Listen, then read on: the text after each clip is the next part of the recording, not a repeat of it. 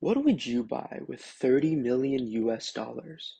You could buy multiple houses, or a luxurious private plane, or even a 350-acre private island in the South Caribbean Sea.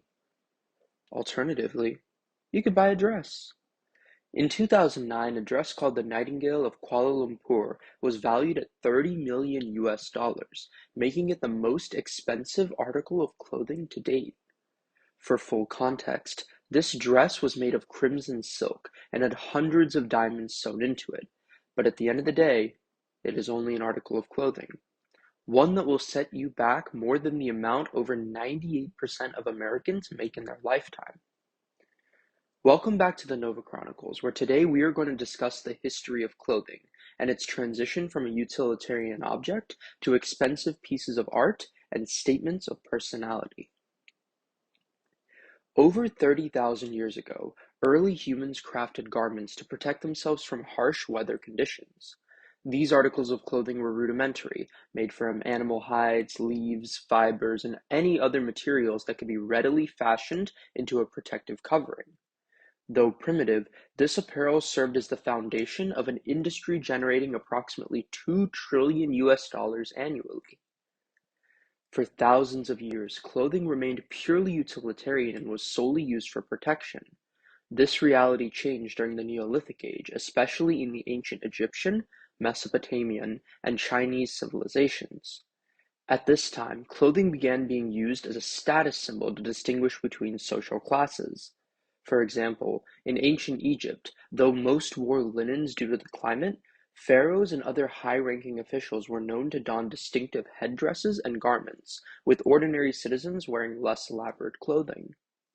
Clothing continued to evolve during the Classical era, starting around the 5th century BCE. Ancient Rome introduced draped garments called togas, which became a status of citizenship and were worn during civic events.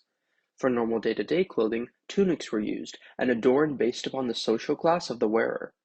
Similarly, in ancient Greece, chitons were worn, also differing in length and style depending on the status of the wearer.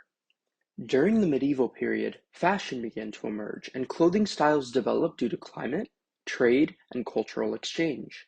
The distinction in clothing between the nobility and commoners became more defined, with ornate fabrics and intricate designs becoming paramount to the noble appearance. More significantly, however, is that the medieval time frame marked the introduction of clothing as a canvas for storytelling, often depicting religious and secular ideas and narratives. Clothing during the Renaissance period in the 14th to 17th centuries focused on self-expression, with unique garments replacing more conventional, though ornate, linens. Individualism became prominent, with rich dyes and intricate lacework used to differentiate articles of clothing. Additionally, during the Age of Exploration, new materials such as velvet, satin, and cotton were widely used to manufacture garments. The Industrial Revolution in the late 18th century substantially increased access to the apparel worn principally by the nobility in prior centuries. Mass production drove down the price of clothing, making quality garments more affordable to normal civilians. The downside of this transformation was the standardization of clothing to expedite manufacturing, which led to some losses in the art and expressionism of clothing seen during the Renaissance. This uniqueness of clothing was recaptured during the 20th century, with the second industrial revolution progressing. Clothing manufacturers began introducing novel designs to remain competitive, which when coupled with cultural shifts and societal movements, led to self-expression and cultural commentary conducted through fashion. Examples of this include the flapper dresses in the Roaring Twenties and the counterculture movement in the 1960s. As we enter the 21st century, there are over 25,000 fashion designer businesses in the USA alone. What used to be a clothing style created and reserved for the nobility is now available to anyone with a credit card and a relatively high credit limit. However, ESG initiatives have put substantial pressure on the fashion industry in recent years, with heavy pushback on the sustainability and governance of the industry due to high levels of waste by consumers disposing of apparel while it still has utility. Now, a global industry that generated over 1.7 trillion US dollars in 2022 is trying to reinvent itself, with brands emphasizing environmental sustainability and instituting better labor practices to remain competitive to an increasingly critical customer base.